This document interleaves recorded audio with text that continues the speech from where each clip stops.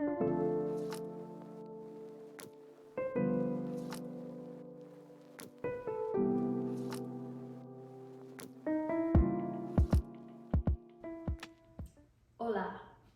I'm Juana de la Selva, and today I want to talk to you about this book called The Floating Brothel, the extraordinary true story of an 18th century ship and its cargo of female convicts. This book had me in a whirl for a couple weeks. This book blew my mind. I feel like when people talk about pirates and the fact that small children, like 4-year-olds, are fans of pirates, just goes to show me that people know nothing about pirates. This book told me so much about pirates, I was appalled. This book has so much information about the lifestyle in those ships during these times. One of the most amazing facts about this time period to me is the fact that if you were someone who didn't have a lot of money and you were in a situation where someone didn't like you that did have a lot of money and power, the person with money and power could just choose to say that you stole from them, and all of the court systems would suddenly make you out to be a thief, an outcast on the street. You could have everything taken from you if simply one powerful person decided they didn't like you anymore. They could just make something up about you and you would suddenly be a criminal. A lot of the poor, beautiful women would get accused of thievery by the rich, jealous proprietesses or landowners or landlords or the women in power, and accuse them of being thieves just because they didn't want them in the household. So unfortunately, a lot of these women that were not privileged would end up going into a life of prostitution because they were forced to. There was no other choice. Let me read you the jacket of this. So the dilemma I'm having with this channel is the knowledge that most people who watch these things are not going to go out and purchase the book that I'm talking about and actually read it themselves. So I'm kind of wondering if I should just talk to you about the books right here and just give you like Cliff's Notes, since I know you're probably not going to read it. Since I did read it, I feel like I should tell you about it rather than alluding to you what it's about when you're not actually going to read it. So let me know in the comments, what do you think I should do? Should I give synopses of these books? Or should I give spoilers and just tell you all about it as if you're never going to read it? Or should I keep doing what I'm doing? Okay, let me know what you think. In July 1789, 237 women convicts left England for Sydney Cove in Australia's New South Wales on board a ship called the Lady Julian. The women, most of them petty criminals, were destined to provide the colony's hordes of lonely men with sexual favors as well as progeny. So the women who got onto the ships, for whatever reason, whether they were actually criminals or not, the moment they got onto the ships, the sailors, the people that were on the ships, the other convicts, the men, they basically were able to choose what woman they wanted. It didn't matter whether or not the woman wanted the man. The men just chose the woman as though they were cattle to choose from. So the women were very lucky if they were chosen by a man in power, and that's basically the only way they could get ahead.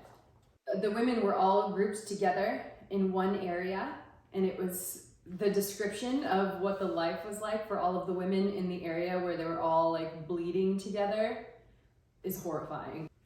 I have to read to you this part. So one of the most fascinating parts of this book was called Crossing the Line. It talks about how when sailors would go across the equatorial line, that there was a sort of insanity that would happen. The ceremonies of crossing the line were a high moment in a voyage, but could easily degenerate into grotesque and violent horseplay. The men who took control and directed the humiliations inflicted on the young and the unpopular were ordinary sailors. The officers took a back seat, although first mates and often captains were ready to step in if order was threatened or practical jokes became too dangerous. So basically the crew would all start like doing these practical jokes on each other, but very serious practical jokes where they're like throwing each other overboard and forcing each other to stay up in the crow's nest, and really cruel things toward one another, like hazing. Like as I was reading this, I was like having to take breaks, like, my Lord, these poor women. This was an uneasy occasion on a ship whose crew was not happy or which carried some seaman, officer, or passenger to whom too many people who had taken a dislike. Men had been keel-hauled, which keel-hauled means dragged on a rope beneath the keel from one side of the ship to the other. Occasionally, men did not survive the punishment. How would you survive that? You're being pulled from one side to the other of the ship. I mean, that's disgusting. The lanterns behind the party of capering drunks which had vaulted up from the gratings cast inhuman shadows. King Neptune was wrapped in the skin of a porpoise. its snout towering above his head to twice this. Okay, so check this out. This is fucking crazy. The night was now truly dark, and the gleam of stars and yellow lanterns on the sea disorienting after the black of the hold. They waited in groups, uneasy, then a gong boomed, and a group of manic figures heaved itself over the bow and onto the foredeck. King Neptune and his nereids had arrived, and the party could begin. The lanterns behind the party of capering drunks which had vaulted up from the gratings cast inhuman shadows. King Neptune was wrapped in the skin of a porpoise, its snout towering above his head to twice the height of a man. His followers had tattooed their faces with red dye and wore trailing wigs of seaweed. They advanced toward the quarterdeck through the throng, causing pandemonium as they went. Women screamed and knocked each other over, trying to escape the thrusts of Neptune's pitchfork and the lunges of his drunken attendants. Neptune handed up, squinted and licked his fingers to turn the pages in parody of his literate superiors, checking his list to see whether there was any officer on board who had not crossed the equatorial line. Virgin officers were forfeit a double liquor ration. Virgin seamen had to undergo initiation rites. With everyone's attention on the quarterdeck, a commotion among one tangled group of women went unnoticed. One of them must have fallen down and been kicked in the stomach during the scrum which followed Neptune's entrance over the bow. So had others, but this woman was pregnant. As Neptune demanded Captain Aitken's rum, the injured woman was being carried into the forecastle or down the ladders into the sick berth by her friends. They got her into a hammock or bunk, curled onto one side to fight the pain in her belly. To women inexperienced in childbirth, it was obvious what was happening. So basically, during this insanity, a woman got kicked in the stomach and ended up having a miscarriage on the ground. Those seamen who had never crossed the equator before were having their hands tied behind their back and being seated on the planks over the barrels. The nereids soaked their face with a mixture of tar dripping, crud from between the boards, and dung. Neptune's barber brandished the blunt iron loop, which served him as razor, and went to work. The victims struggled, overbalanced, and disappeared into the bilge water. Sailors climbed onto the rails, women pushed for a view. The boys in the barrels splashed about, unable to get a purchase, with their feet against the slime of the bottom, swallowing great gulps of filth. Eventually they were hauled out, and when they had their breath back, it was round two. They were hurled over the rail to be washed clean at the end of a rope. Honestly, this book, I was having a really fun time reading this when I first started reading it. I was like, wow, this book's crazy. But just like Aloha Rodeo, people were so uncivilized and cruel and disgusting back then that I just started feeling this sick feeling take over me, and I really had a hard time finishing this book. Just discovering all of the cruel and torturous and disgusting ways that they treated women and each other, and the hygiene and lack of hygiene, and just the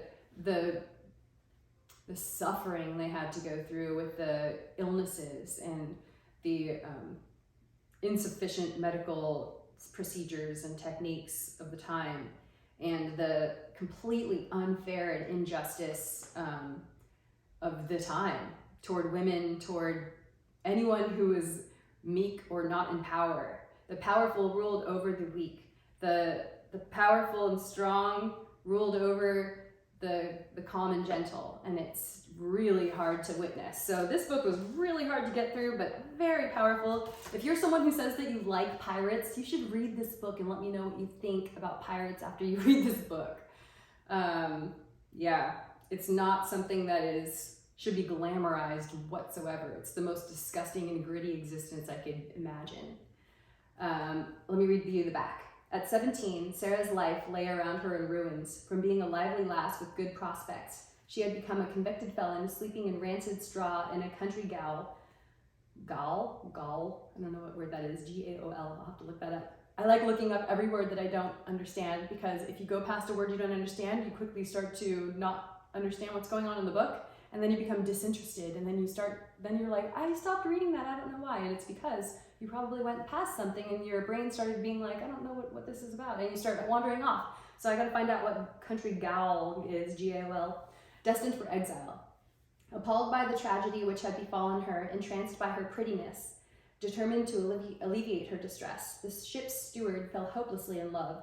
Still a teenager and sentenced for a crime she had not committed to the thieves' colony in the company of rogues, she seemed worthy of Nichols' deepest compassion, and he was the first man Sarah had known in 2 years who had not disbelieved her, despised her, or known the truth about her offense. So she reciprocated, more slowly, but nevertheless with increasing trust and affection. Long before the ship left Galleon's ranch, Sarah left the convict quarters of the Orlop and was sleeping in the comfort and privacy of Nichols' bunk on the 'tween deck. By the end of April, she was pregnant. Aw, so opportunity is there for those women who can woo the men in power, is basically the lesson here. I loved this. Did I love this book? I didn't love this book.